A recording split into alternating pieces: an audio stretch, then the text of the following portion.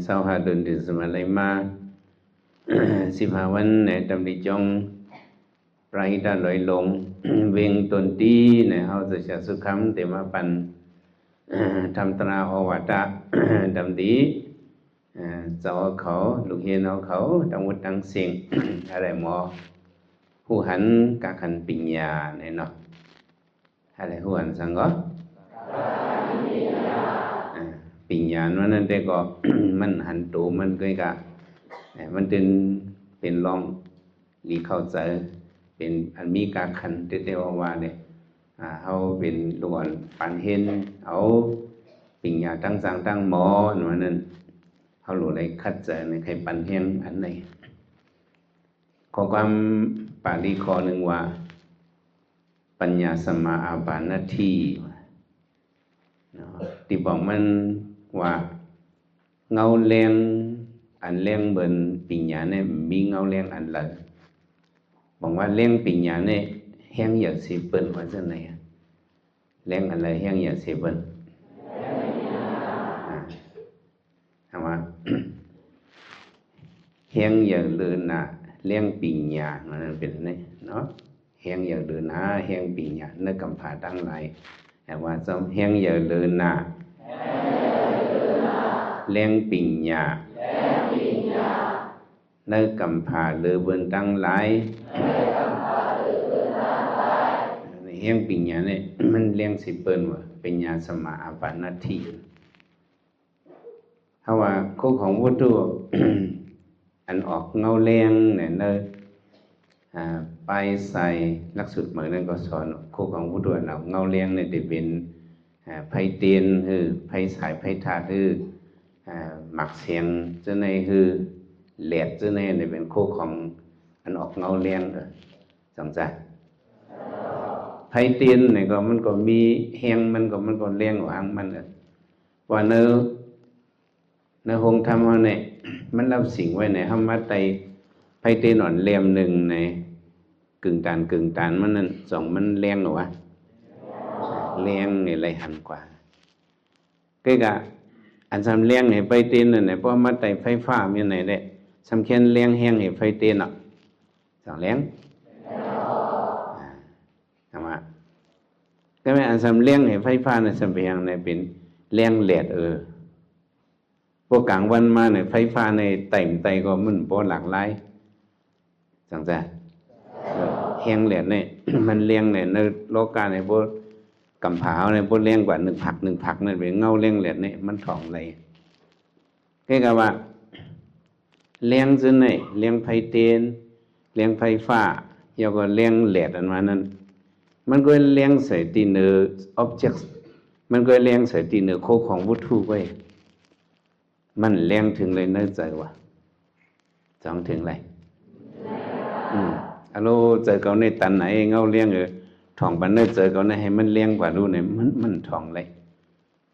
อันถ่องเลยมันถึงเลยน้ำมันล้ำหัวใจเขาหมอหัวใจเขาปุ๊บเปิงกว่านั่นเนี่ยเป็นอีหยังเนี่ยเป็นเงาเลี้ยงปิ่งหยาเป็นเงาเลี้ยงมั้งเพราะว่าเขามีตั้งหูปิ่งหยาในเนื้อใจเขาเนี่ยปืดปางลงกว่าคำเดียวก็เป็นอะไรเลยปิ่งหยาตั้งสังตั้งหมอนว่านั้นมันก็ได้เลยเห็นได้เลยสอนหูเอาหัวเมียเขาจะในเขาก็สอนเขาหมดหลัดความเลยเขาหมดอย่างเลยสิเมื่อเขาไปหมดหลัดความนั้นหัวเมียเขาปีไอเขาปีนั่งเขาเนี่ยเขาสอนปันเขาสอนปันเขาหมดหลัดความโกนเลยเมื่อก็เลยเข้าไปห่วงเนี่ยนั่งเล่นเนี่ยความหลอนในว่าหังก็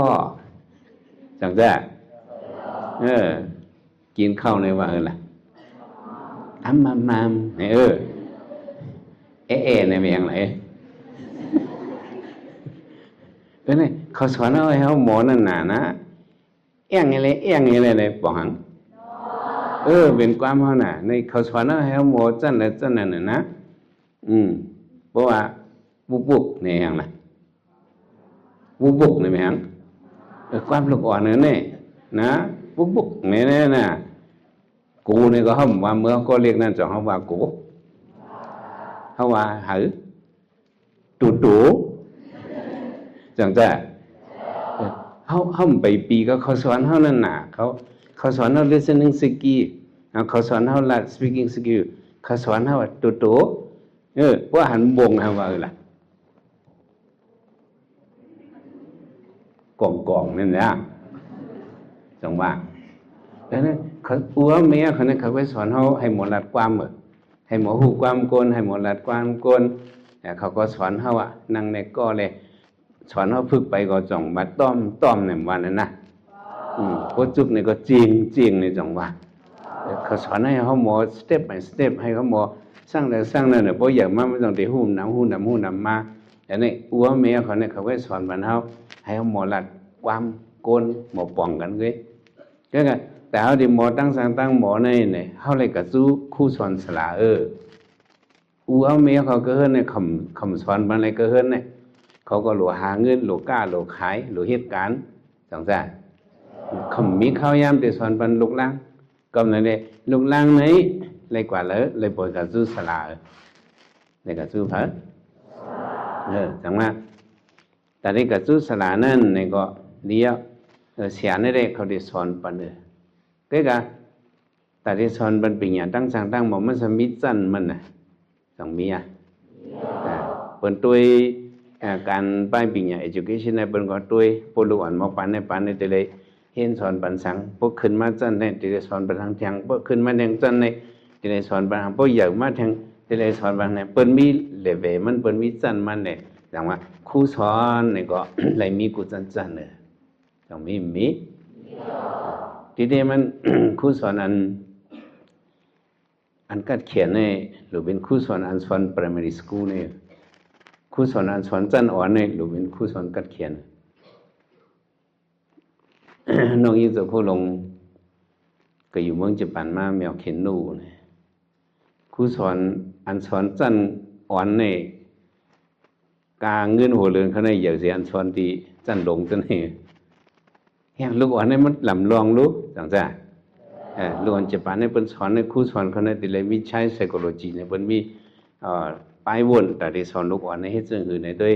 สุขภาพหันในเงาตรงใน TikTok คือในสั่งสิ่งวิดีโอจะในคลิปก่อนจะในผู้สอนลูกอ่อนญี่ปุ่นเนี่ย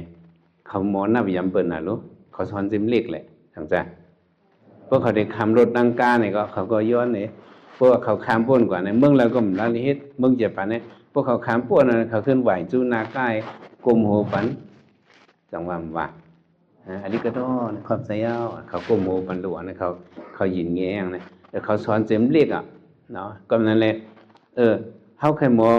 ปิญญาตั้งหมอนวันนั้นผมมาตัวเนี่ยตีไรกว่าจูเตียนมีครูสอนนั่นนะตีไรกว่าจูกันเลยตีเลยกับจูเตียนมีครูสอนตีเลยกับจูเตียนมีปังสอนผมไม่ในกว่าอะไรก็ปิญญาเนี่ยหมออะไรวะให้เขาบางมิ้วเนี่ยเขาสอนเอาดีวันเขาอันเหลียวกล้วยเนี่ยมันกลุ่มทนบางมิ้วซ้ำเขาสอนเอาดีสีเวียงเขาอันเหลียวกล้วยมันกลุ่มทนเนาะบางมิ้วเนี่ยเขาสอนเอาเมืองเขาอันเหลียวกล้วยเนี่ยมันไปกลุ่มทนตั้งหมอนวันนั้นมันตึกอะไรให้บอกก็กล้วยกับหมอก็ซ้ำเป็นตีเลยเห็นเอาไม่หนังว่าจ้องวันนอกในมังวันในดำมีห้องเห็นจ้ะมีผมมีก็ลูกอ่อนเนี่ยเลยก็ขึ้นอันดีห้องเห็นมีนั่นจ้องวันนอกมังจ้องในก็มีถึงจันเงาไว้ซื้อใครก็ขึ้นจันกลางเนี่ยเลยผัดวันเท่าไหร่ก็ขึ้นเตียนเว้งวันใหญ่อีกหนึ่งก็ขึ้นอันมีจันกลางมังวันจันกลางให้มีทำอะไรก็หาอันมีดีจันสูงเนี่ยก็ขึ้นจันสูงเนี่ยก็เล็กไข่กว่าเทียงใช่ไหมจันจอมเลยถ้ามีทางกูเว้งจังมีเปิ้นกับมีดีเว้งใหญ่ๆกับมีดีเงาซึ่งเว้งห้าเล็กในขึ้นลูกดีเว้งอ่อนเนี่ยเข้าสู่จันจอมเตียนมีหงเห็นจันจอมนั่นเล็กเข้ากว่านั่นเลยอย่างเพราะฉะนั้นขึ้นแทงสูงเห็นนั่นเนี่ยจันจอมเมืองเขาเนี่ยไปเย้ากว่าแทงนอกเมืองให้ไหนมันเล็กกว่าจันและจันนั่นครูสอนมันอันว่าแน่นเนี่ยเป็นก็เห็นหามาลีตั้งหูตั้งหันให้พวกเข้มแลบในแต่ว่าโกนเฮาพวกใครหมอปิ่งหยาในเจออ่อนยิ่งอ่อนใจเขาต้องไว้พวกเขาอยู่ดีเฮาดีวานเฮาเวียงเฮาเด้เ เขาอยู่ที่เฮิรนเขาได้ปิงหยาได้เขาหมอขึ้นเป็นไรหมออะไรchẳngได้เป็นไรเป็นไรอ่อนกันมาจำเลยพอเคยหมอปิงหยาเตเลยผัดสาติมาได้สามปอกพอเคยหมอปิงหยาเตเลยผัดสาติพอเคยหมอปิงหยาเตเลยผัดสาติพอเคยหมอปิงหยาเตเลยผัดสาติในจื้อส่วนมาเผียวกันในผัดสาติมากกูเจ้ากูป้ากูโก้กูโก้เนอในสองผัดกอบช่างเนี่ยสุสัมผัสสาติสุละสุ่มหักสาติสุวะหักหรือสิตากอบช่างเนี่ยสัมผัสเนี่ยก็เบิกคะแนนเลยผัดมาละสาติเขานั่นจังว่าพวกใครเลยปิญญาที่เลยผัดสาติผมผัดสาติเนี่ย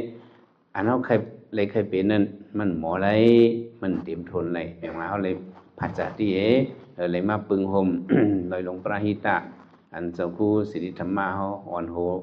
เตะตังไว้เนี่ยบุตรสามารถตีนั่นเป็นเถินเพนยุ่มไว้มีหิมหอมจังเนี่ยมีหังมันจะว่าใครเตะตังหลุดจังไหนเมื่อนั้นเจ้าก็ไปมีหังไรเป็นดูเอามามีคำเตียงหน่อยยาวแต่ไหนเตียงคำเตียงแต่ไหนมีถันนิ้วกลางเขาในเตียงเจ้าดีให้เลยลงพระหิตะก็เอาในกับใครอะไรเนี่ยนั่นพวกเจ้าเอิ้นอันคำเขาเจ้าเสียงคำเขาลุงเอาจียาไล่คามันเอากว่ากับใครเลยคือจี้ไป6,000เลยจี้6,000ว่ะว่าตีเลี้ยวเลยเปลี่ยนปากลือคันเหมือนนั้นนั่งเหมือนนั้นก็เอาเนาะแต่ในเอานั่นนี่มาตั้งเป็นจ้องโดยหลวงปลายดาวนี่นะว่าเขาเลยมาปึงผมในเขาผัดสาติเขาในก็มังปอกมันโกนเขาในมันก็ได้เป็นเลยอันก็มีเกี่ยวกับว่าโฮมสิกเนี่ยว่าก็โฮมสิกเนี่ยบอกว่าใส่ถึงเฮิรนใส่ถึงนั้นของเป็นที่พังหกพังเหวน่ะใส่ถึงกูก้อยโฮมสิกเนี่ยมีกูก้อเพราะก็อยู่นอกเบื้องแค่หนาเห็นนี่พวกก็อยู่นาเฮิรนเนี่ยมันกาโฮมสิกอ่ะพวกก็อยู่นอกเบื้องเนี่ยมัน country sick ใส่ถึงเมืองเฮาอันนี้เป็นกูก้อนะจังมาก็เป็นทางเป็นก็เบิกอะไรปิญญาเลยตีเลยฮัดผัดสาติทำเจือผัดที่เขาผัดสุกแกสุกับโกนเอาเนี่ยมันผัดสาติย่างผังมันกูโกนก็ผังก็เบิ่นนาการก็จังผัดก็เบิกอะไรปิญญาตั้งสังตั้งบ่ก็จังผัดก็เบิ่นไหลลองไหลตั้งเนี่ยก็สาติเขาว่านั้นเป็นที่เขาเกิดมันชื่อว่าที่เขาได้เลยอยู่ตาเสได้ก็จึงก็เขาได้ถึกเลยอยู่กันแล้วเนี่ยก็วันหลังเขา อันเขาเคยเป็นนั่นเลยมันได้ท้องปานเฮากว่าก็เขาได้เลยผัดสาติที่เมื่อก่อนเมื่อก็ เพิ่นก็ให้ในผัดสาติมาด้วยเอาเนอ หลีกเนอทำซื่อสูพออ่านด้วยในเพิ่นมาลูกเจ้าหัวค่ำเขามากูบอกก็เพิ่นก็สอนเห็นเบิ่งแต่ก็สูรู้ก็สอนกันแล้วแต่ก็ศีลานะเพิ่นก็สอนเบิ่งแต่ก็สูเนี่ยเขาก็ผัดเบิ่งเมเขาก็เห็นสอนเบิ่งแต่ก็สูเมื่อกูบอกได้ก็เปิงหลงมาได้ก็เขาว่าอัฏฐรสะปิญญาตั้งสังตั้งหมอ18เปิงแหมนั้นมันก็ป้ากูเมียวดังอันติเหลียวนี่ก็มันก็เป็นซึ่งนั่นน่ะโหหุบมันได้เป็น18เปิงป้าเสียมลองลาดความป้าเสียมลองอันหมอเปียกลองขีมาฮอรถฮอกาบ่กับอันติเหลียวเป็นฮอรถฮอกาซึ่งนั้นมันกูซื้อกูเมียวลองบอกกับสืบเปิ้นว่าสังเสริญมันป้าหมดอัฏฐรสะ18เปิงเนี่ยเพิ่นก็สอนเห็นจังนั้นมาเฮ้ยกะปิญญาเขาก็สอนให้หมอมานั่นเนาะเขาทำอะไรมาเจ้าจึงหือหลาอันนี้ก็หลูหูล็อกใจไล่เจอมาหนึ่งพอเขาหมอมาพอเขาหมอเจอเนี่ยก็เหมือนจึงผ้าเขานั่นเขาพันให้ปอกเนี่ยก็มันก็หมอหอจังใจผ้าเขาในพายเขาพันด้วยให้ปอกเนี่ยก็ลองมันพายก็เป็นก้มหูหึงหึงว่ามันก็เข้าคาในหอไปแล้วจังเป็นนั่นเลยมีหลวนจอง2ก่อกระซ้อนปิญญาจอมกันว่าตินสรกะเปิดกระซ้อนปิญญาเนาะขาซ้อนโฮมกันหมดอ่ะซับเจคานขาซ้อนภาษาก็เหมือนกันกูเมียว เพราะว่าข้าสอนจัวเบาอ่องเอาเนี่ยข้าสอนก็ปอกมือกับเมืองสาธิภาษาที่มันเนี่ยไอ้ตากออกกองเนี่ยไอ้ตากกองเนี่ยมันก็เหตุการณ์มันเนี่ยมันมีเงินมีคำมีเอินมีเยอะไรมาเป็นสะเทอ่อนกว่าเป็นทางกว่ามันก็เหตุการณ์มันเป็นสะเทอ่อนกว่าข้าสองก็กว่าจะมาไอ้แทงกองในเฮียงก็มันไปทางเห็นเมลสะเทก็มันเป็นมันใช่ผ่านออกได้แค่นั้นน่ะมันห้ามใจมันห้ามใจแล้วมันหาตั้งพิษหรือกูนั่นในบ่หาตั้งพิษเนี่ยหาตั้งพิษตัวเจ้าเก่าสังเกตก็หาตั้งพิษเปิดหนึ่งไอก็เป็นสะเทเลยก็พังนี้เก่าเนี่ยมีจังนั้นได้ก็เก่าเนี่ยสามีว่าเป็นสะเทว่ามีเงินมีเยอันเก่าเนี่ยไปมีหังไอเฮียงเปียงหนังมันหมอนก็โมก็มีรู้เปียงหนังมันเฮ็ดเนี่ยก็เฮ็ดอะไรก็รู้เฮียงเก่าเนี่ยสมักมีไอไตก็เนี่ยสมักมีไอยามยาเสียสอนเอาเนี่ยเจอกูเลยกันเนี่ยเผอกันเนี่ยเสียงกูนั่นเนี่ยหันตั้งยศยอมเขาเป็นว่าจำพระสอนของเม็ดปักจับนาเฮาหลุบงำเงาอ่ำเจียง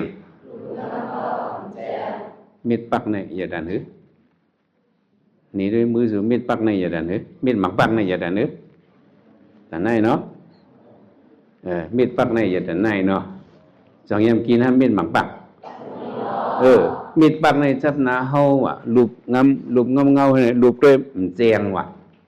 เนาะเม็ดปักจับนาเฮาว่าเด้อหลุบงำเงาอ่ำเจียงเม็ดงาจับนาเปิ้นลักถึงเงินจอมหันว่าก็เม็ดงาจับนาเปิ้นลักถึงเงินจอมหันนี่ความเฮาเนี่ยมันว่าหังเนี่ยมิดปักจับนาเฮาหลุมน้ำงำเงาเจียงเนี่ยมิดปักเนี่ยใหญ่ๆเฮจะไปอยู่ที่นาเฮาหลุมด้วยเฮาดำหันเจียงบอกว่ากวนเฮาหันตั้งพิษเฮาเป็นซึ่งนั้นเนาะใช่มั้ยมิดง่ายมิดปักในอันเลยสำเร็จล่ะมีแต่นี้มิดงาในเรียกนะใช่มั้ยผมมิดงาจับนาเปิ้นเนี่ยใช่มั้ยลักถึงเงินจอมหันเนี่ยกะจอมหันอาเปียตั้งพิษเปิ้นกูเนาะเนี่ยเฮาหันตั้งพิษเจ้าเก่าเฮาก็หันตั้งพิษเปิ้นเว้ยบอกว่าจังได๋ไอ้นี่ก็มันก็เหมือนนั่นน่ะตั้งพิษมันหันเช้านี่เจอโกดนั่นนี่เฮ็ดยามมันลักสอนบันไอ้ก็นั่นไล่มักมีมันสอนบันเก่ามันขึ้นกว่ามึงแต่กระโสขึ้นกว่าแล้วส่องลงกว่ามึงแต่กระสูเมื่อก่อนได้ไปตั้งตึ้งลงกว่าเพียวแล้วก็เพียวกับเงี้ยเสียงแต่เบก็มาอย่างเสียวค่ะข้าใครมาหั่นเจอลองนึงซึ่งหลายแต่เบเสียวในเม็ดตามเพียงเห็นไหมวะว่าก็ที่ได้เสียสมานมาในเขามีเมตตาหรือตะเบใครกัดแขนกูก็สังเกตมั้ยจ๊ะก็อย่างกูเนาะมันก็เหยียนมันเละไปมันเหมือนกันก็มันก็จังมีอันเนาะก็จังมีอยู่เช้าในเมตตาเพลงแล้วเฮียเมตตาเพลงตะเบก็เฮ็ดเสียลงแต่กระสุนที่สัพพะมอค่ามาในก็สอนตะเบในสอนเหมือนกันหมดแต่เขาก็ต้องไม่หาเขาหมอนั่นก็สอนบรรสุตั้งเสียงก็เหมือนกันเหมือนค่ะเฮียงเลยมาว่าเหมือนไอ้นั้นมันจะเหมือนสองก้อนนะไอ้นั่นเด้รวยเงินก็มีคำก็มีเคินก็มียีก็มีอันค้านั่นไปมีหางค้านะเช้ามันสอนบันมดใครเอาตีค้านั่นสอนเหมือนกันก็รู้คือสองก้อนไอ้เช้าหลักสอนบันมันเลยสอนสองหลักสอนบันก็สอนเนี่ยว่าเขาคือนอนหิมกันรู้เนี่ยว่าก็สอนเหมือนเจ้าหนังคือมาสอนก็สอนเหมือนกันตั้งมันเพราะนั้นไม่ยังมันจะมีค่ามีขละชาสุธรรมไอ้นั่นมันให้ยังอาหารมันเฮ็ด มันบ่จังเรียกในกะหันฮิตจังเรียกที่ได้ขนาดไหนวะมันเฮ็ดมิวเหลียวเว้ยเห็นหลายมิวเมื่อล่ะมีหยังล่ะไอเมื่อเฮียงล่ะกะคาฮิตกูมิวเปียงหลังบ่ได้เฮ็ดกูมิวอ่ะเฮ้ปลุเมเราก็มันกับเมมันปลุเตียงไผก็มันกับเตียงมันปลุจังมันก็เฮ็ดมันอันละก็มันคืออันละก็มันก็เฮ็ดเด้ๆเนี่ยมันเป็นจังหือความอังกฤษของว่า moving stone no mouse mouse เนี่ยเป็นไข่เนาะ M O S mouse M O S mouse moving stone no mouse มาหินอันกิ่งนั่นไข่มันจับว่าไงก็เนี่ยมาหินอันกิ่งอยู่ดิ๊กกิ่งอยู่ตั้งน้ำดิ๊กนั่นในไข่ของไข่มันจับเบิดมาหินอันอยู่ดิเหลียวนั่นแหละไข่นี่มันจับเบิดไข่เต้าว่าจังได๋จับเป็นอันนั้นเสียงว่ะไม่เฮ็ดกูเมียว่าเอาเฮ็ดอ่ะเตียบไม่ก็เฮ็ดอ่ะพันไม่เฮ็ดอ่ะภาษาภาระเฮ็ดอ่ะสั่งถูกกันก็เฮ็ดนั่นได้ดีกว่าข้ามมีไรอ๋อลีปะเนี่ยมื้อนี้ก็ได้สอนมันมาปิญญาแทงอันนะไอ้แต่ไปเอาส้มค่ะเสียวสอนมันให้หมอค่ะเสียงว่ะในวังโรงเรียนเขานั้นมีต้นไม้สูงต้นว่ะมีหยังเหรอต้นไม้สูงต้นกิ่งมันมี18กิ่งว่ะมีหลายกิ่งมี18กิ่งเพราะในไอเดเบขึ้นต้นไม้เลยต้นอะไรคะจ๊ะอันมี18กิ่งนั่นน่ะขึ้นไหนเนี่ยว่าไอขึ้นกว่า18กิ่งเนี่ยก็เสียงในเจ้าตะเบงแทงหมอกคือ10ก้อนั่นเองหมอก10ก้อ15ก้อนั่นเองไอจังได๋สุกะกอดเงาไม้ให้สุสันในวะก็สันต้นไม้ค้อนต้นไม้ว่ะต้นไม้ก็สูงแล้วต้นไม้ในพวกเอาเฮียงโกนี่1 2แล้วอีขึ้น2เกินกึ่งขึ้นกึ่งภายในกึ่งภายในบ่นั่นอิงสันมันตะเลงกะกึ่งขึ้นนะไอ้ก้อนนั้นมีต้นไม้อันมีขึ้นเนื้อต้นไม้นั้นมันกอดไว้ลำเหลียวไว้กอดไว้หลายลำก็กอดไว้กิ่งเหลียวไว้กอดไว้โอ้ยกำเกาดีตัวเขาโอ้ยสุวิสันเฮียงล่ะเฮ้ยอวิสันเฮ้ยกำเกาดีตัวเขามันกูหนาวลูกมันกูหนาวกวนปอยำหมอก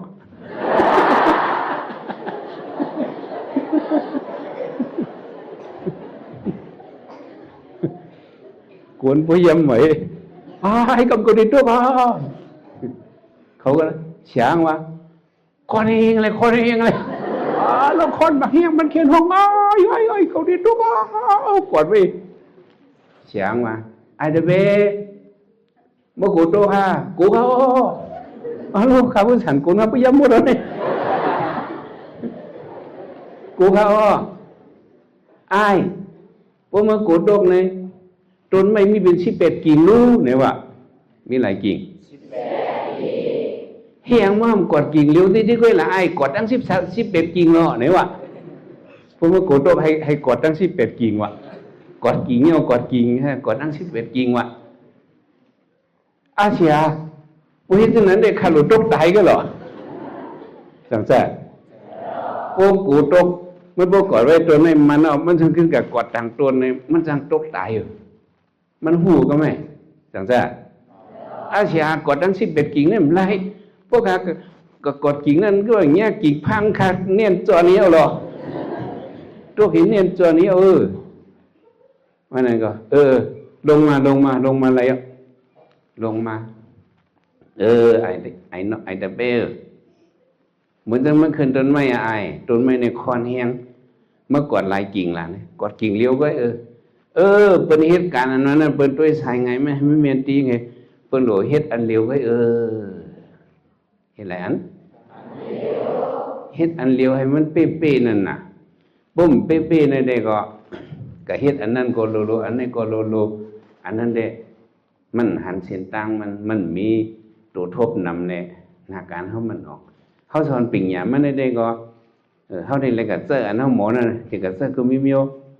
มันเป็นอะไรก็อย่างนี้เป็นอะไร มังมิวเฮามาสอนเนอโรงเรียนเลยมันก็เข้าตั้งตื้อตั้งนอกก็มีตั้งนำแท้ต้องมีอ่ะมีตั้งนำว่าสอนไปนับมานะมังมิวนี่เฮาว่าเฮาขึ้นไปนับไหนเยี่ยมมีตัวนับให้ตัวก็มีเป็น equation เป็น equation อะไรเป็นหญิงเนี่ยชิ้นอะไรเป็นซึ่งเป็นว่าเป็นกราฟมันเป็นปงเตนี่มันซึ่งไหนก็หนาวเป็น e plus e ว่า e plus e ว่า e สามหัวสกอยรูทว่าสกอยลาดว่าอ้าวมันเข้าตั้งตื้อนึงเรากำเงินใกล้กับมันปั่นไปวนปั่นทางล่ะอันเฮามาขึ้นปิญญามาขึ้นเห็นซึ่งไหนก็มันชื่อว่าเฮาขึ้นเห็นมิวเหลียวเพิ่นสิอย่าไปว่าเฮาโลนี่ว่าเฮาโลหมอนี่มิวเหลียวเพิ่นมันชื่อซึ่งนั้น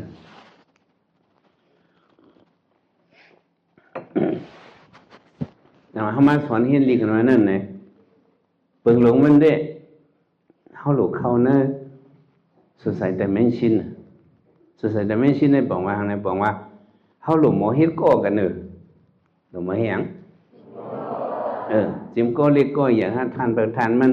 เฮาโลหมอกับสืบมือกื้อกันนั่นอันนี้เป็นเปิงหลงมันน่ะเป็นการอ่อนเห็นเนี่ยหมอฮู้กันหมอจอยกันหมอไว้เจอรีต่อกันอันนี้หลวงหมอกับสืบกันในเป็นเปิงหลงมันเอามาสอนเห็นปิญญาเนี่ยอันโลอ่องลิก็อ่องว่าก็อ่องลิอ่องไล่มันนั่นเขาได้รัดในลองหนึ่งมันนังว่าเปิ้นเล่นแฮงเนาะเปิ้นเล่นแฮงขี้ขิงกันอันเฮาว่าสปอร์ตเฮาว่าอันเล่นขี้กัน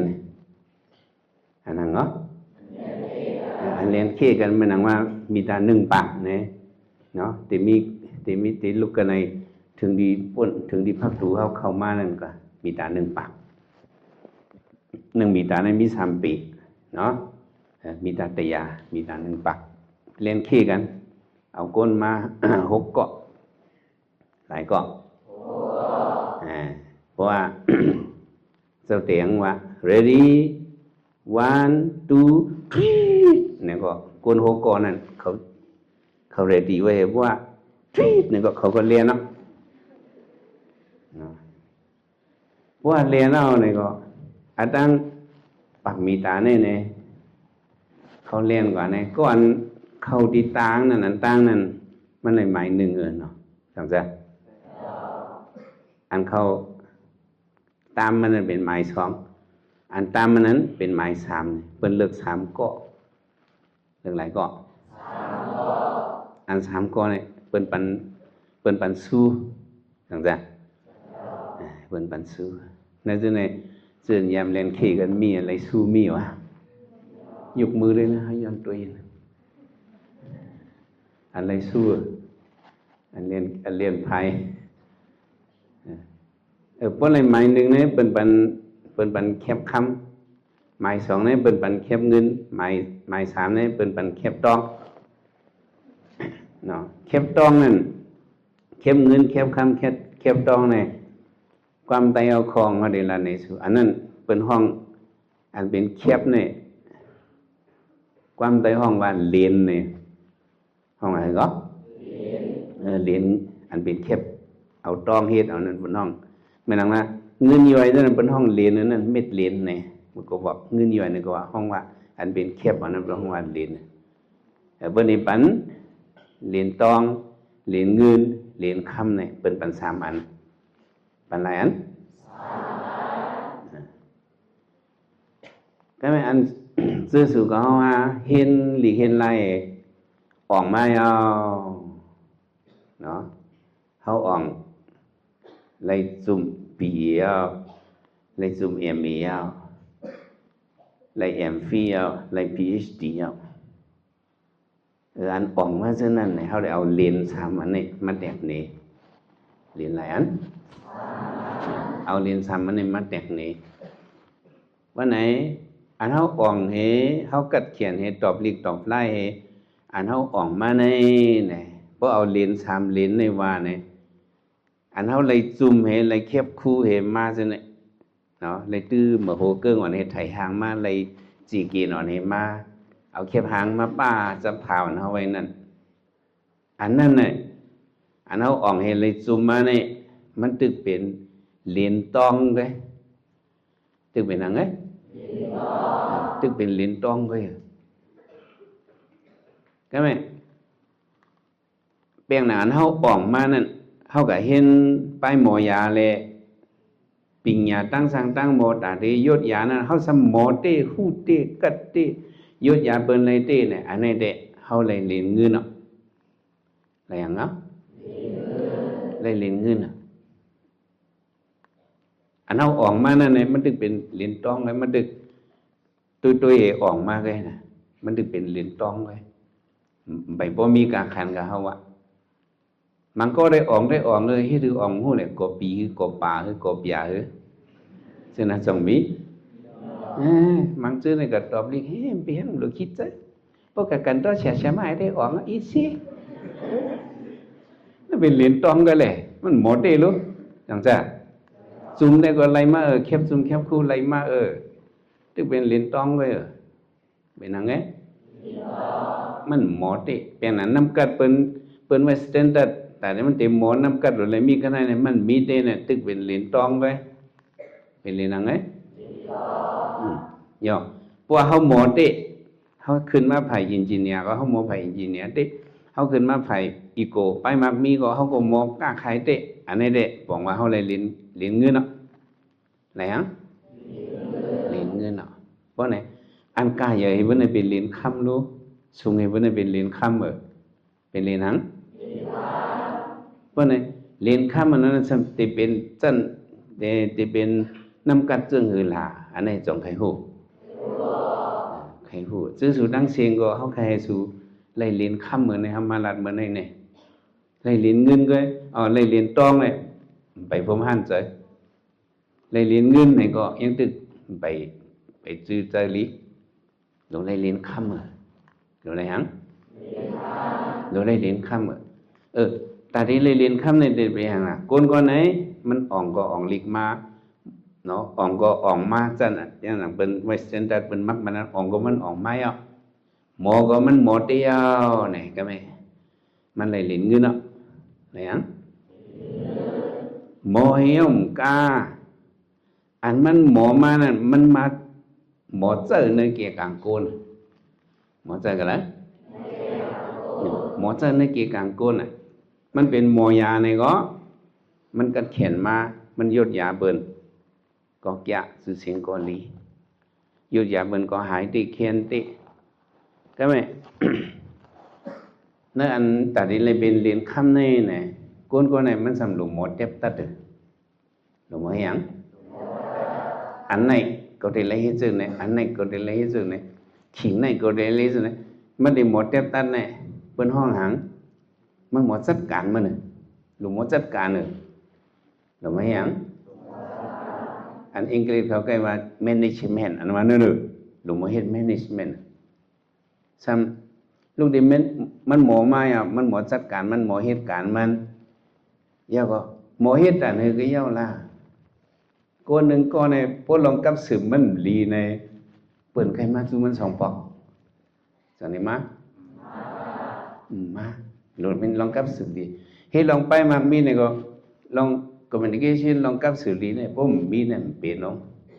ก้นนั้นมาซื้อเขาก็มันใครมาซื้อแทนสองปอกพวกมันกับสืบดีลงมากับสืบเปิ้นกูโป้เปิ้นลาดตัวเปิ้นยุ่มตัวเปิ้นจะว่ากันน้อมเปิ้นจะนั่นสิกับสืบให้มันเข้มๆเร็วๆลีงามๆไอ้หมอจัดการนั่นก้นก็ไหนเปิ้นห้องว่าเลยเรียนคำอะไรอย่างเนาะก็ขึ้นมาไปมังมีอีโกอองซุมมาอ่ะมาผุยเสียงกล้าขายอ่ะ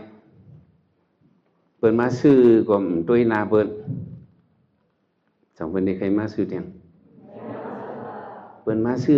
ด้วยนาเปิ้นด้วยนาพงไงใต้ลีตีลายใต้ลีตีลายเด็กๆสองเปิ้นได้ใครมาซื้อมันหล่มวิลองกับสืบลีเขาเข้ามาค่ะเลยใครมาตัวอย่างค่ะอะไรอย่างค่ะหลวงจึงค่ะติเลย5 วันนึงค่ะมันหล่มหมอสึกกับสืบลองอันโกนมาซื้อขายมันเป็นหมอเขามันน่ะล่ะมันหล่มหมอกับสืบพวกหมอกับสืบเบอร์นี้กระถางเรียกเบอร์นี่ ยังไงซื้อคู่เก่าๆมีได้ซื้อของอะไรก็ยืมก็ว่าเท่านั้นสมมุติได้ใครซื้อคนตั้งยานเฮามาก็บอกเป็นเสียงเบิ่งสูในหน้าคายลีนะมีเรื่องตั้งยานเขาก็เฮ็ดมีเรื่องกล้าเสียงเหียงเหรอเขาเสียงเบิ่งสูกับใครตะคิเล็กอย่าบอกเบิ่นโอนเงินมาเอาเงินให้เขามันนำหนักก็บอกมันไปมีมังหาเฮงไปมีมังบึนตึงมีมังเฮงในอย่าให้เบิ่นตึงเป็นปานมัง90นั่นก็มีมันก็บอกนะเงินมึงมาเนี่ยเขาขายเสียงออกเนี่ยตาบองเนี่ยปุ่นมาปั่นเงินเขาเนี่ยสื่อทงขับงูทงหังก็สองหุ่นจักกับphòngหูอยู่ทงขับงูสาระอีกอันวังเนี่ยว่าก็ว่าสาระอีกเนี่ยได้หูเนาะทงขับงูได้หูแต่ยังนี่ก็เห็นหูเพราะเอาความเบิ่นลานในเจ้าหูแก่เบิ่นความเขาหนังกันบ่ให้หูแต่ก็ใจลีแก่นะแต่ในใจลีสั่งใจลีกูเบิ่นหูนั่นน่ะแต่เขาเนี่ยเอาความเบิ่นลานไม่นังว่า CAKE ออกเสียงว่าหังเก๊ก CAKE เก๊กเป็นอย่างนั้นเป็นขมูลเนาะ CAKE เก๊กเนี่ยความอังกฤษได้หูเก๊กอะมันในสมัยยังเอาความอังกฤษมาเกิดเป็นความมันเขาสมัครเก๊กโมงเขาว่ามันมาเก๊กโมงแต่เขาเขียนนี่นั่นขมูลเก๊กโมง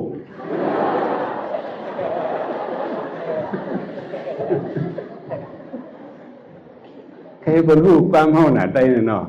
ให้หมดมันถมว่าป๋องอีกเรียนถมว่าป๋องเขามุนเก็บโมกนี่เลยยอมว่าเราว่าหมอกับสืบเปิ้นอันนั้นเปิ้นใครมาเข้าเสียงเขาไม่เลี้ยงตั้งยานเขาเนาะเขาก็กล้าเสียงให้เขาออกมาเอาโอ้เปิ้นมาปั่นเงินเขาในเสาธงจันทร์หลงนั้นมาธงขับงูนั่นธงสาระเอกกันมานั่นแสงมาปั่นเขาธงอยู่ธงลงเขาก็รวยนะก็ไม่รู้เงินอะไรนำแต่หน้ามันต้นมีบอกไหนวะต้นมีบอกเนี่ยอยู่กลางขึ้นบอกโขหังไปเดี๋ยวมึงเนี่ยวะห้ามลัดซื้อเขานะห้ามลัดซื้อเขาเขาดีอย่างนายอ้างเงินเนี่ยพอตั้งใจเขาลงกับซื้อคำเนี่ยก็ไม่ตีกับเสืองเขาลงกับเวียงเหลือไหมลงกับมันตะลีของมันก็ว่ากาในมันไปแคมเลยขี่กาให้แลกนี่ก็มันมีกาพาหมันตัวไหนโอ้ขี่ได้ฝนมุกพวกในเขาเป็นบุญเจ้าในเปิดห้องพงจีนจ้ะความมันเป็นห้องพงจีนจ้ะเจ้าครูเขาจะเข้าในเพราะขี่กาไม่นานกว่านี่มันจึงพงจีเป็นผงจีเลยฝนมุกดังโต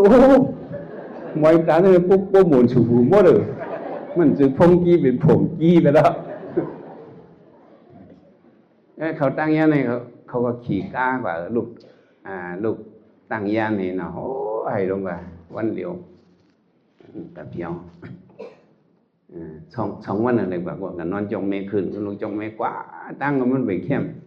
ฝนมุกลงน่ะฝนเป็นฝนมุกลงกว่าเพื่อกับเพียวนี่มุกฟุกนี่ทำจะเป็นวันเดินม้วนว่ะเป็นมาหนังเมื่อมันนี่ในพวกเหลินบุญเนี่ยเป็นสปิกกาเดอร์เหลินบุญเนี่ยเป็นปิกกัดเป็นดื้อกัดโมดเนี่ย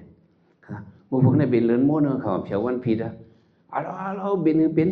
กว่าละเขาก็ซื้อคำเหลียวเนี่ยวะเงินเขาก็ป้ามันถงสาระอีกใช่ไหมเขาเข้ากับเนื้อเสียงนั่นเนอะเป็นผงจี้เขากะมันตั้งทางคือข้างกูเป็นอึดเสียงนั่นน่ะเนาะวันที่อึดกาดเราวันที่อึดเสียงข้ามเอาไหนโลกว่าในคนหัวก็ตั้งวิพอแล้วฝนพวกเราเน่าตัวเขาเนื้อเสียงข้ามกระทำตั้งความมันก็มอลิมเพราะมอลิดับปลอกเลยทำอันไหนก็ใครอันไหนก็ใครตีหาเขาปลอกเลยกระทำยังไงตีเบี้ยก็หาก็ปลอกเลย ê gọi là thế là khi ta tí gì khi anh này mi cái này khác ở này con đây là liều yên nhiều phải tăng kháng nên lòng vào tí dâu chi này quên này mà lên không quên này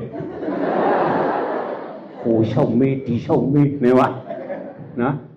hàng phang nữa này nhiều tí sự lấy cũng chữ này mà thám từ thám nữa thám phút giọt phút chi hiểu này mà xem là qua mà nói này tí dâu chi ở quên này không lên không này hồ sông mê tí sông mê liệt công thế hiểu này mà iman cầm sao không iman cầm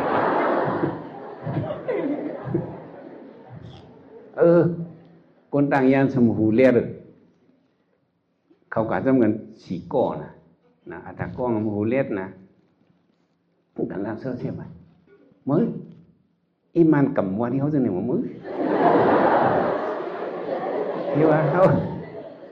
nhưng mà hàng hấu đi sư lấy khăm của này mà mới nè nơi con tăng yan mà con to xài giờ con hàng đó con to sai nhà nàyพวกเขายิ่งกว้างเบียนใจในปึ๊กไหนครับเนี่ยนะครับแม่นอ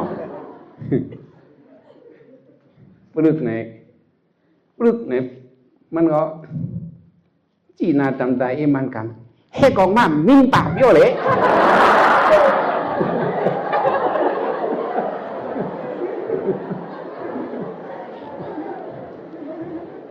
อีนี่มัวหังโก้เห็นไหมวะเนาะ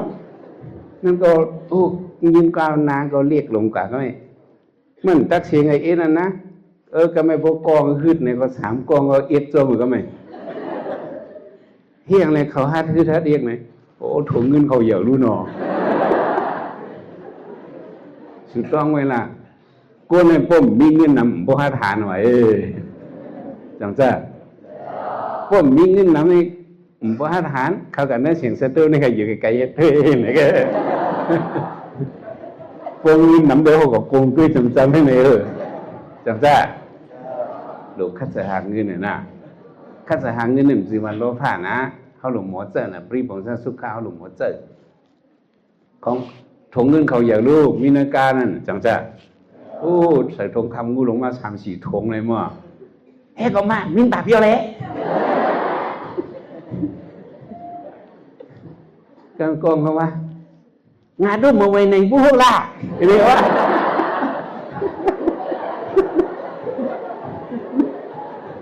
ปีได้มัวเสียงถุนน้องเด้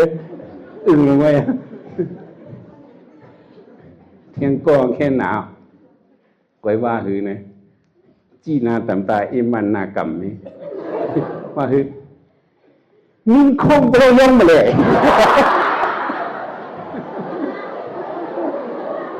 มีเงินหาฐานนั่นน่ะก็โหมึงได้ใครก็หือเนี่ยมาเดี๋ยวนู้โล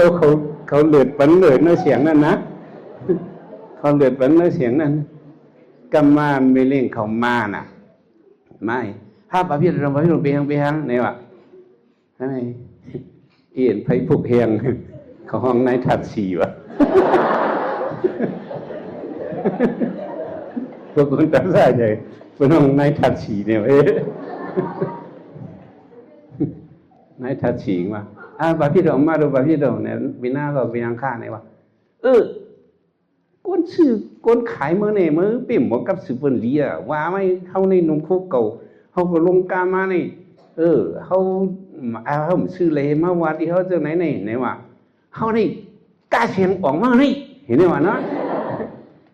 กาเทมาชาลาอีกปีเด็กบุยแบบมีอะไรบ้างเนี่ยยากนะเนาะจะละมาก็ไม่เที่ยงกองมาจึงของมีเงินน่ะว่ามีเงินก็หาเรื่องคนนั่นนะมีโดดใส่ตะใส่ลงเวยอยู่ในยาเลยเห็นไหมก็ลงเลยซื้อร้านซื้อทั้งหมดก็ซื้ออะไรอยู่ในว่าเงินเท่าไหร่ในว่าลองกับซื้อลีแต่ให้เที่ยงกองมาฝากกว่าเขาไม่รู้ซื้อเสียงไหนก็ซื้อเสียงปุ่นอะไรเขาออกเสียงนั่นก็ไปรู้ออกก็ไปเที่ยวเสียงด้านบนขอเพียวซื้อหมดเสียงนั้นใครตัวหน้าเขานั่นก็ซื้อนั้นหมดอยู่ลงกว่าให้ก็พวกเขาไล่กว่าน่ะเลี้ยวคือตาด้วยเสียงนั้นเขาอิดหน้ากำไม่ไปกว่าก็นะพวกหมอกับสืบปุ่นในมันไปไล่เรียนค จังจ้ะปีเนี้ยเขาหมอมาเขาหลุมหมอจัดหลุมหมอจัดการมันยาวก็หลุมหมอกับสืบมันมันก็ในอ่องมาไล่มา PhD จันสูงให้บนเอา PhD เนี่ยจังจ้ะแล้วหมอกับสืบเป็นทางละเป็น PhD ต้นมาบนเป็นทางอ่ะ PhD ต้นมามีก่อเร็วไว้ผมจอมมันไหลมันหมอกับสืบเปิ้นแลจังว่าเขาหลวงหมอจัดการหลวงหมอกับสืบมันสืบด้วยสักครู่หลวงเอาจันสองออกสืบของดำเมืองใต้เฮาไหนมันจะในไรเรียนในเรียนตั้งทำมิ้วจังจ้ะอองก็อองมาสิมันจันสองออกสปอร์ตพูนหมอก็เป็นหมอเตะกัดก็เป็นกัดเตะก็ไม่มาเพียวกันในก็ลังกับสืบละสองหลีมันจะในไรเรียนตั้งทำอันเออซึ่งสูก็เขาใครไรตั้งทำอันจังจ้ะหลุดเทียบตัดตัวเขานะนั่งเขาได้เป็นเหรียญคำเขาหลุดหมอปองสารในใช่ไหมคนอะไรเหรียญคำในสื่อสำรวจอะไรปองสารมี2 มิ้วมีหลายมิ้วมังก้อนในได้อ่องหลีกอ่องไล่ก็กะปีซ่าเขาตื่นมาเขาตื่นมีมาเลย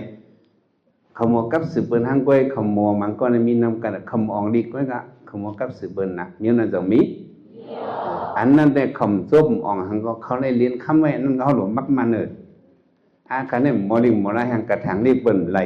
จังใจแต่ในเฮาในเฮาหมอลิงหมอไล่ในบ่ซ้ำเฮาซ้ำก็ได้เรียนตองเนี่ยก็ได้ก็มีติปองอย่าไปให้อะไรเป็นสินะเฮาหลวงหมอปองเสนะปิญญาตั้งสังตั้งหมอนี่ก็หลวงได้หามาก็ให้อะไรเรียนตองกับหมกาให้อะไรเป็นบ้านเรียนเงินกับหมกาให้อะไรเป็นบ้านเรียนคำอันนี้มันต้องได้มีกาคันถ้าเฮารู้เอาปิญญาในเฮเนี่ยปกป้องปันรู้เสาเก่าปกป้องปันพี่น้องเฮาซื่อคือเฮาหวานเมืองเฮาภาษาเฮาศาสนาเฮาเลยปกป้องปันเอาปิญญาปกป้องได้แก่ให้เพิ่นน่ะทีนั้นสระสุตตานว่านั้นคนผีเจ้าหนึ่งยามมาทำพระเป็นเจ้าเกสุนรานารัตนังว่าพระเป็นเจ้าค้ายตนาโกนเฮาอันเข้มนั้นเป็นอิสังขารเจตนาอันว่านี่มันหมอเฮ็ดให้ใจเฮาอุ่นน่ะปันใจเฮาซื่อจังซั่นบ่มีเงินคำโกนให้จังใจซื่อจังใจอุ่นใจอย่านึกว่ามีเงินคำนี่เจตนานั้นจะเป็นข้างหลังนี่เจตนานั้นนี่มันเป็นเครื่องใจโกนเฮาเป็นเครื่องใจพระเป็นเครื่องใจโกนโกนอะไรใส่ตื้อเจตนานั้นสัมเป็นโกนมิ้วเลยนะเป็นโกนมีฟงกรรมเป็นโกนนั้นบางซื่อเลยขีดรถลีกาเลยอยู่เฮิรนเลยหอยเลยตื้อเกี่ยวแสงเงินคำนำเขาเป็นโกนมีฟงกรรมโกนนั้นมีฟงกรรมนี่ได้เหมือนเรื่องโกนย้อนหรือหาเก็บยุกยักจอมผังตั้งซื่อนั่นเนี่ยเขาใครหอยใส่ข้อคำว่าจังอะไรหอยเขามีฟงกรรมเอาโกนอะไรหอยตื้อเจตนาเนี่ยเขาเป็นคนมีฟงกรรมเขาหลุดจมจองฟงกรรมเขาแต่มาเจตนาเนี่ยมันนี่ได้จะเฮาอุ่นเพราะหมอเจอตื้อมันปั่นพ่อนดีบนตาเขาเนี่ยคนพิธามเจตนาโกนเขาเนี่ยเนาะเขาได้เลยใจอย่างยิ่งปืนยิ่งเนี่ยเป็นเจตนาไม่有ราคาถามซึ่งไหนพระเป็นสมเด็จตบคอเรียกว่าปิญญานารานังรัตนังปิญญาเนี่ยเป็นเครื่องสังลีโกนเขาอันเขาดีเลยอุ่นใจเพราะมีปิญญาเนี่ยได้โกนเขาในกว่าแล้วก็มันตกเต็มกันหมอไว้แค่เนี่ยไว้หมอทางซ้ายเขาหมอไว้เนี่ยมันผิดหลงเพราะหมอหังไอ้อิดเนี่ยได้ก็โกนเขาเนี่ยป้มหมอหังก็มีสกูบนะอย่างมีป้มมีเงินคำก็มีสกูบนป้มมีแปกกลองก็มีสกูบนโกนเขาเนี่ยแต่มันหลงมีตั้งสังตั้งหมอก็หลงมีปิญญาก็หลงมีเงินคำก็หลงมีอันเสียเขาปีน้องเขาเจอคืออันกั้มแถมไผ่หลังเขาก็หลงมีจนนะเขาส่งที่เป็นก้นมีน้ำเสืออุ่นจังนี้ฮัดหานจังว่าเขาหลงเลยมีเจ้าเมื่อได้ไขลัดนี้ลองมีปิญญาเนี่ยก็ไหมแต่นี้หมอกับสืบกันลีงามนั่นเนี่ยเขาหลูไว้กาขันอันมีจำเขาอันล่างสุดเนี่ยแต่ไรไว้กาขันอันมีไก่อันมีจำจ thì lấy với cả thành mít sắm không anh ấy họ để làm này áp bụng anh đừng nghĩ họ thì còn nhớ lòng bản hen pin nhà họ cái này gọi mi áp bụng anh đừngซื่อจงใครทอมáp bụngมาáp bụng này มันเป็นตอนสอนเขาเนาะáp bụng này story ว่านั้นกำพาในมีนำติอันดีเขาจะนิมต้องไว้จังได๋เหมือนจังหนังว่าáp bụngอีสุบเขาจังได๋มันเขียบน่ะสอนปันโกนเฮาหลใกล้อ่านลีกáp bụng này đâyก็เป็นáp bụng โกนเหลือใหม่คนหังเนาะáp bụng โกนเหลือใหม่เฮานี่ล่ะáp bụng โกนเหลือใหม่2อันนะหลายอันáp bụng โกนเหลือใหม่อันน่ะลุงกองมันก็เหลือใหม่เนื้อเถินถึงวันมามันก็เหลือใหม่เนี่ยมันก็หันนกอ่อนตัวนึงหมัดจิ๊บให้แลก้านอยู่ในลิ้นว่ะมันจังมีเนาะมีในก้านมันมีอะไรมีกันในลิ้นก้านของปุ๊บๆปั๊บๆเลยนะมันก็อีรู้มันก็ไก่ยบเอานกอ่อนตัวนั้นนะนกอ่อนตัวนั้นก็เฮียงตีมันก็เฮียงตีนกอ่อนก็เอามากระเฮินเผื่อเอามากระเฮินก็มันก็ยุดยาบันนี้เลี้ยงบันเขานำตั้งกินนกนั้นก็มีเฮียงมากครับไหมลงก่อยแข็งเฮียงมาปีกก็แข็งมากมันก็ว่าโอ้ก้นก็ในมันเอาก็ไว้ในเนาะมันมาผดก็ความใจแบบมันมาเกศเสนว่านั่นนะความใจแบบผดเนี่ยว่าให้ว่าก็เนี่ยความเป็นน้องใต้ลึกเขาว่าผดในนั้นเนาะพระเป็นเสามาผดที่สร้างสัตว์ก้นเนาะมาผดมาเกศเสนว่านั่นนะก้นก็ในมันมาผดก็จ่อยก็ไว้มีจิสูหนึ่งก็ได้ตอบจิสูมันมาพอมีจิสูหนึ่งกันแต่เลยตอบเกมันขึ้นอ่ะจังจ้าอย่าไปลืมเจซูอย่าไปลืมกุ้งเขามาอยู่จ้องเลยลงปลายหิตาว่าอย่าไปลืมเจซูอย่าไปลืมกุ้งความตายเอาแทงคองอย่าไปแม่กุ้งในแทงก่อนเลยนะอย่าไปแม่กุ้งในกำพองในแม่กุ้งให้กับฆ่าใครเจือที่เขาอยู่เศร้าให้ไหนนั่นนะอันนี้อย่าไปเฮ็ดมันจะก้นขึ้นอย่างเอาหลุดด้วยอันลีมันกันปุ่มมันนี่ก็ใครว่านั่นนะก็เป็นนกตัวนี้ก็เลยตอบเจซูหมอหรือไม่ในกว่าไหนวันนั้นก็พวกหมอลืมไม่ในการในเฮือมาในนกอ่อนตัวในห้องนี่ครับตอนมันอ่ะจี้ๆซับๆในเสียงก็หวานเหมือนนกต่างตัวนกตัวในเสียงไปหวานนี่เนี่ยเจ้าไม่เจ้าลืมไม่ก็ลืมไม่มาในพวกมันมายินเสียงนกในเฮืองพอหายเปียวในเจอมันอ่ะกลางในก็นกอ่อนห้องจิบๆซับๆก็เฮือนมันนกตัวในคำบั่นขังก็มันก็มินกว่าเลยก็หลุดออกจิตสู้เขาเนี่ยมันก็อยู่ซ้อมเขาก็หักมันเขาตั้งเฮือนก็หักนกตัวนั้นเนี่ยนกตัวนี้ก็ห้องเนี่ยก็ไม่โกนหิมหอมในยินเสียงนกหางเอ็มยามยินเปิดมาตุยตวงหางลีแก่ละเปิดทำตุยสีขาวเริ่มไม่อินเพราะนั้นนกเงินได้เนี่ยเอาอีเป็นนกเงินกว่าก็ไหมเป็นหางเหรอฮัลโหลนกเงินเสียงวันน่ะนกเงินเสียงวันน่ะเฮือนหรือลาดกันโกนตังวานเนี่ยมาตัวนกนกก็ห้องนี้เฮือนมีโกนหรือเป็นไงมันสำคัญเสียงกุนย่อยอันซึ่งนั่นนะพวกโกนมานำงอจ่องไข่ลีลูกกำมองก็มาตัวนกให้กำมองก็อันไหนก็มาซื้อกว่าในไข่ลีก็ไม่นกในฮิจิสุปนะฮัลโหลเห็นใครลูกดีวันเนี่ยผมก้า2 วัน 3 วัน 4 วัน 10 วัน20 วันปากวันให้อ่อนกันมาตัวเนี่ยกืนายเนี่ยก็ใครเรียกยอเปิดออกมายองนกเงินเสียงหวานนกเงินเสียงหวานเนี่ยถึงหนังวันมาโกนกล่องมาตัวสมาว่าคิงเจ้าไม่โซเลือไม่ทำยินว่ะในก็เป็นนกเงินกี่แหล่ก็หันในเถิดนั้นมีนกคำเสียงหวานในหางหลีน่ะอยู่ประมาณนี้วะคนคนนั้นลาตีฮะลาเลนฮะก็มันก็หมอหุ่งก็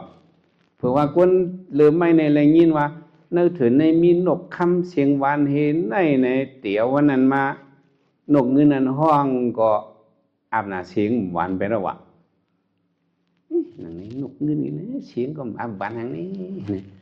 ถมมาอาบน้ำเสียงก็ใครหลังจี้เขาโลอยู่ในวะหาตังนี้มามันไม่กล้าขันกันมันเอียงเหรอน่าจะในกับมุมมองห่างกับมุมมองนกคำในเนี่ย2 ปาหันเตะกับมุมมองนกคำเสียงวันนี้นี่ว่า นี่เป็นนกเงินก็แหลมโป๊กเสียงบานลงนายหังก่มโป๊หังลีลงนายเนี่ยนกตัวนั้นก็เจ้าหนังยามห้องก็มันห้องนี่คิงในหนังหือมันเอาว่าก็ไม่แล้วใจขี้ในกับงองนกคำเลยนี่กับมองหังไงสองหันนกคำสองมีเตียสองหูก้นเฮาทีเหลียวก็อ้อนกันกับมองนกคำมันเฮาพยายามหันอันมีอยู่หิมจำเฮาในเฮาไว้กาขันลูกในก็ให้ในมันก็ไว้กาขันนกเงินในนกตัวนี้ก็เจ้าก็เนี่ยป้อนหนังคือก็ร้องก็อยู่จ้องเขาก็หึงป้อนไหนก็ได้ขึ้นเบื้องนั่นเถิดเอาเนี่ยมันก็อยู่หึงมาน่ะขนก็ไถกันไล่กันก็คิดนั่นก็มู้ตัววันนี้นกดื้อตัวก็มันตัวลีตัวพูดตัวพักห้องก็บอกเขาหูมันเสียงอาหวานนกข้ามเหมือนที่หวานเนี่ยเห็นไหมวะมองนกข้ามทีนี้ก็มองหังเห็นก็ถึงวันมาตามคำนกตัวนั้นก็เหมือนได้ตรงตักเขากว่าเนื้อเถื่อนเอากว่าตีอยู่เขาเป็นเนื้อเถื่อนแหละนกมันก็ข้อโคมไปมีเหลวเพิ่นเขาใน3 หอบไปห้องเสียงยึดเสียงคือเสียงหวานเปิดดูมาตัวดังหวานเหมือนในนกห้องเสียงไปยาวเสียงไปห้องหลวงห้อง3 หอบพวกเราก็มาปั่นที่กวนเหลือใหม่นั่นมาปั่น3 หอบหลายหอบปั่น3 หอบไปมาจุกเหนือห้องหมาห้องชอบเจ็บก็คิดในก็ตัวนกนึงห้องก็มาทางลียังนกค่ำเนี่ยที่ทางลีเมื่อในใจเมื่อนี่เนี่ยในใจว่าจึงนั้นนกมันก็มีนกว่าทางตัวเหกลางมันก็จำตัวเพราะให้นั้นนกมันมีนกว่าเงาเหรียญในทองใส่นกตัวนั้นฟังเบิ่งกี่ปีมีนภายในเงาแรงในออกมาพร่ำในเป็นสีค่ำไว้เป็นสีหังเผิงด้วยโหนกค่ำนานกว่าไปดอกจงมากขึ้นเนาะนกมินออกคอกตอนขึ้นปอกกันวางเยอะมากขึ้นเนาะเพราะไหนเอาวันนั้นไหนคิงในแนงกว่าเป็นว่าในอาบุ๋มนกเนี่ยเป็นไหนแนงแห้งมันไว้กาขันอันนี้มอมมันจำได้ชุกก็เขาอยู่จำกันได้ไหมเขากุศลบารมีเขาเหมือนกันเขาเลยมาอยู่โคมกันได้เขาหลุไว้กาขันกันกุโก้เสียมเด็กเสียมอย่าหลุไว้กาขันกันอันมีเขาในเป็นนกข้ามมือเขาหลุไว้เจอจังไหนมีกาขันจำได้อย่าไปกับมองอันที่ไกลนั่นเพราะกับมองที่ไกลได้มองเยอะอยู่เพราะกับมองที่ไกลเป็นมองหังมองใหญ่ปองหังพวกมองใหญ่กันคนที่เหลียวนั่นจะไหนกับมองที่ไกลกันนั่นเอ้ยในเพศเลยในอาหังดีแกมาเลยในเลยกับปานที่เหลียวเลยเอาแฝกไอ้เฮ็ดไว้หมดหรอกจังจ้าก้นเท่าก็เป็นสาวหนุ่มจังจ้าก้นกี่ก็เป็นเหมาอ่อนเนาะเอาแฝกเฮ็ดหมดเขาไปกระถางว่าอันเป็นเอาแฝกเฮ็ดเป็นนกข้ามเป็นนกข้ามนี่ได้ก้อยชิลิงเนาะอย่าไปกับม่วงอันไกลอันเขามีจำกันนะหรือไว้กาคันนะจำจ้า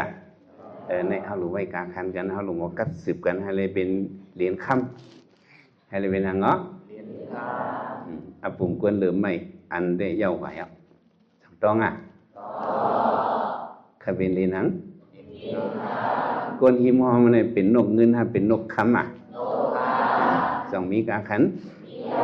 อะไรมาไว้กาขันกับสืบกันดีๆอย่าไปจ่าต่อกันอย่าไปจืดต่อกันให้เลยมาว่างคว้างบันกันให้เลยตุ้ยลองลีกันจังจ้าก็ไม่แทงอันหนึ่งปุ่มกวนหรือไม่ปุ่มหางแทงอันนั้นได้เป็นไอขี้ไอไตสองก้อยไอยังเหรอครับโฮมเงินกันเนี่ยซื้อเรียกลืออันเรียกลือไม่เรียกลือกูบอกมันไปมีเชิงซอจนมันไปมีเรียกลือ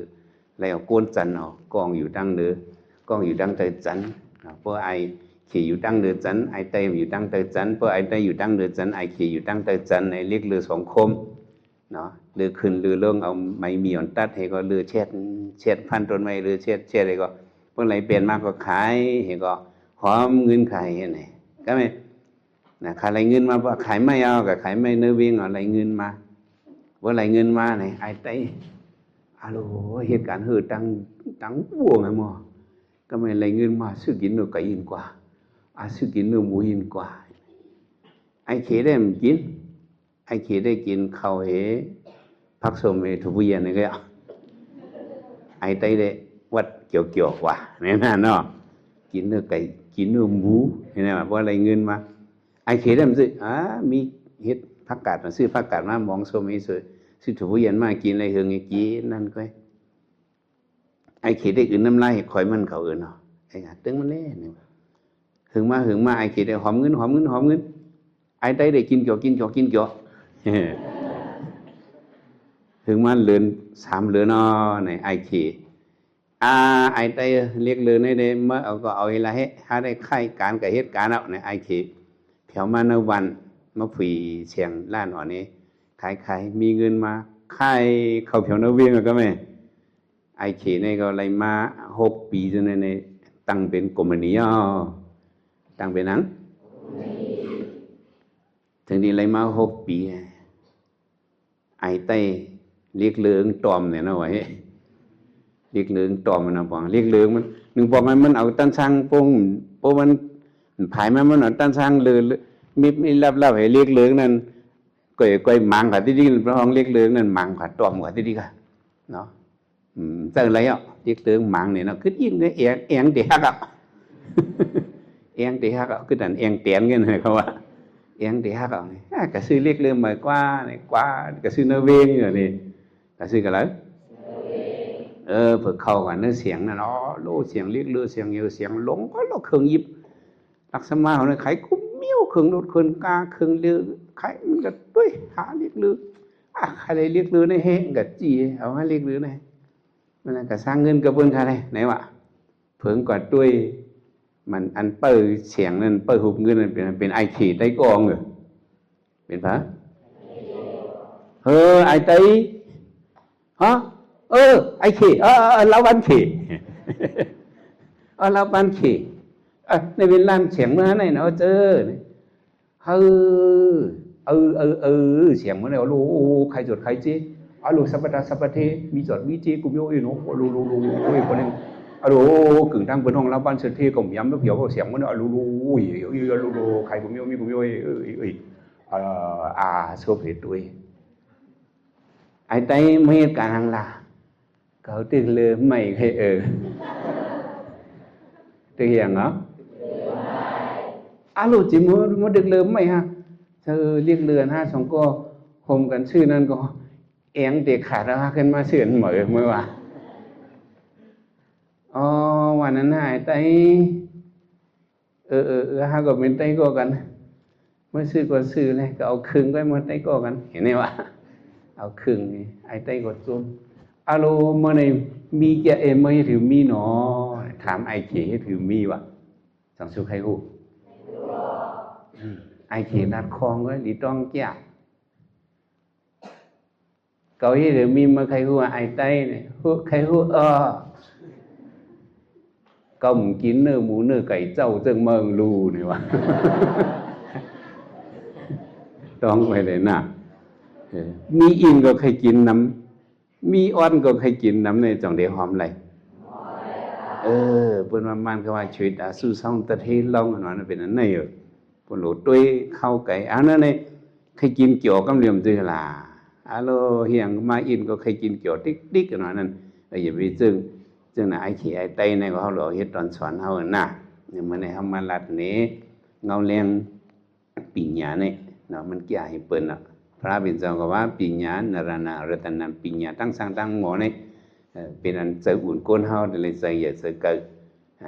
แต่ว่าเลยมังยันพูญานิกปานนี่ก็เป็นการปิญญากันแหละเป็นอันพระบิณฑก็รมะเลยเป็นพระเลยสบิญญุดาญาณก็อันนี้ก็เป็นปิญญาก็เป็นอย่างไงแต่ว่าเงาเลี้ยงปิญญาเนี่ยมันมีหางแตกไล่มานั่นโลกีปิญญาก็ย่อโลกุตระปิญญาก็ย่อเฮาหลวงหมอจะให้มันเมียนตีมันถึงขิงแทบตัดหลุดแทบตัดถึงขิงเฮ็ดหลุดเฮ็ดอันนี้ก็เป็นการ management เป็นการปิญญาเฮาหลวงหมอจะก็เฮาหลวงหมอติดต่อกับสืบเปิ้นให้เลยเป็นเหรียญนังเนาะให้เลยเป็นเหรียญคำนะซื่อๆตึกเล็ก ตึกมี ขิงข้าวยามออกก็ตึกเล็ดตึกไผนี่ก็คัดจะหาความปิ่งหยาอะไรเป็นเรียนคำกูก็กูคนกูจะกูว่าสิกำเลยตา